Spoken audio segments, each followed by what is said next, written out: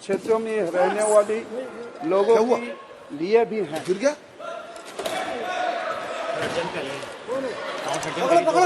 सभा की कार्यवाही 2 बजे तक के लिए स्थगित की जाती है।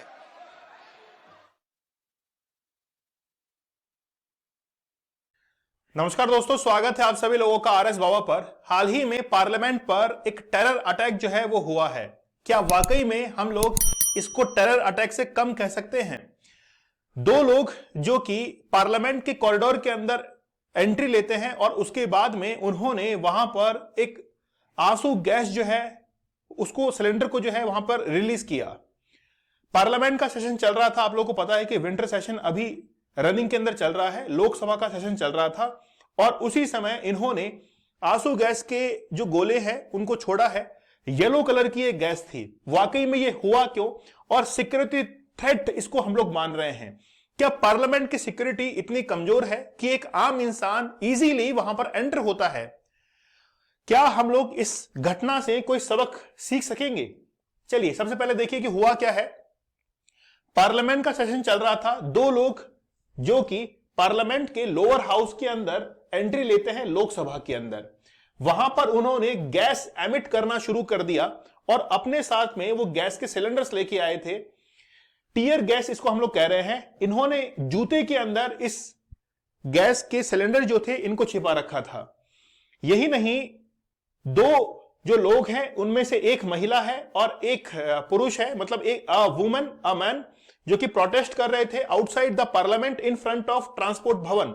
2 लोग और थे जो कि बाहर की तरफ प्रदर्शन कर रहे थे, प्रोटेस्ट कर रहे थे, लेकिन वो ट्रांसपोर्ट भवन के बाहर कर रहे थे। इनको भी जो है वो कस्टडी में लिया जा चुका है। जो 2 लोग एंट्री कर चुके हैं पार्लियामेंट की लोअर हाउस के अंदर, जिस समय सांसद जो कि मुर्मू है वो अपने भाषण को, स्पीच को पढ़ रहे थे, उसी समय एक व्यक्ति जो है एंट्री लेता है। जैसा कि मैंने आप लोगों को वीडियो में बताया है, जैसे ही एंट्री लेता है वहां पर खलबली जो है वो मच जाती है और कहते हैं कि भाई पकड़ो इसको।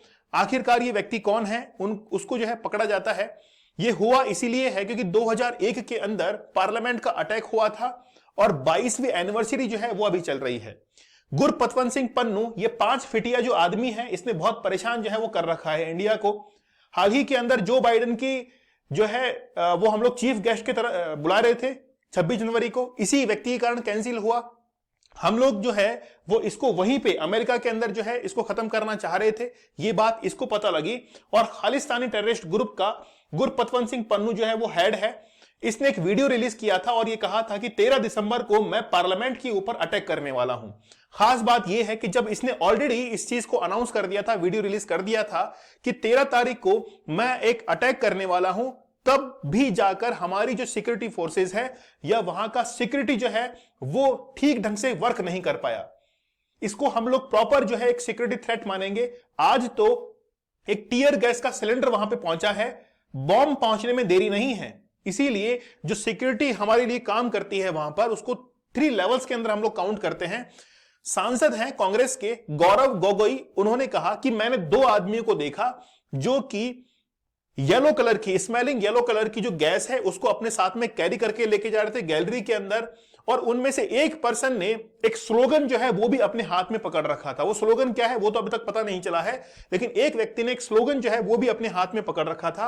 अगर हम लोग पार्लियामेंट की सिक्योरिटी के बारे में बात करें तो 3 टियर सिक्योरिटी सिस्टम जो है वो पार्लियामेंट के अंदर वर्क करता है, जिसमें से सबसे पहले एंट्री गेट पर एक मेटल डिटेक्टर और हैंड मेटल डिटेक्टर जो है वो लगा रहता है, जिससे यह पता लगता है कि अगर कोई मेटेलिक कोई ऑब्जेक्ट अंदर लेके जा रहा है, जैसे चाकू वगैरह, नाइफ वगैरह, कोई पिस्टल लेके जा रहा है, तो उसको वहीं पर रोका जा सके।